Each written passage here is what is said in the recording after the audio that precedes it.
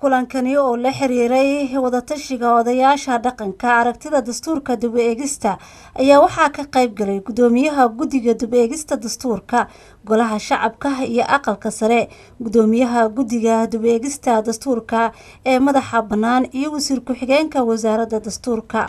odayaasha dhaqanka ayaa soo jeediyay in dastuurka lagu daro qodobo qeexaya xuquuqda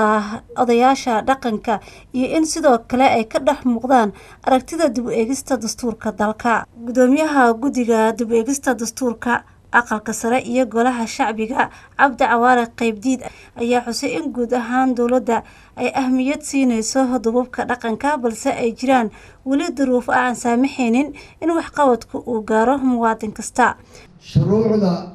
annagu intaan wax naloo dhiibo qola wax noo sheegto hore iskama qorno laakiin waa la aruurinayaa hadda galkan warqadan aad noo dhiibteen recordkaan gelinaynaa talooyinka iyo la tashiga iyo waa maantay waa annagoo wadajirka iyagii kulankii koowaad oo wada tashiga aan u qaadanayno wasiir ku-xigeenka dastuurka xuseen cabdi cilmi ayaa xusay in doorka odayaasha dhaqanka ee dastuurka qabyo qoraalka ah ee dib eegistiisu ay tahay arrin muhiim u ah aayaha waddanka inuu helo dastuur dhammaystiran labada qodob waa la sheegay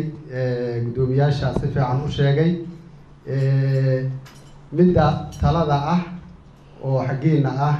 wada tashiga ilaa bahalkan uu ka dhammaado inaan la tashano sababtoo ah waxyaalaha uu ka koobnaanahayo dastuurka waxaa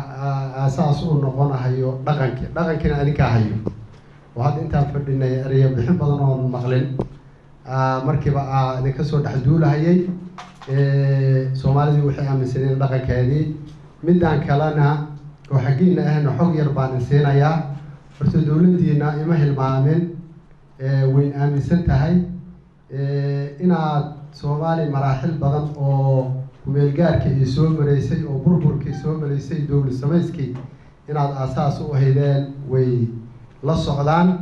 laakiin duruufaha jiro dalka oo dhibaatada taagan ayaa qofka wax walba hilmaansiin karto wax walba duruuftana in la qadariyo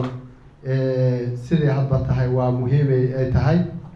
wasaaradda dastuurka ee xukuumadda Soomaaliya ayaa waxa ay wada tashiyo ee aragtiyo wadaag ah ay la yeelanaysaa bulshada Soomaaliyeed ka hor wada tashiga ballaaran ee dib eegista dastuurka qaran Leila Cadaad Ismaan telefishinka qaranka magaalada Muqdisho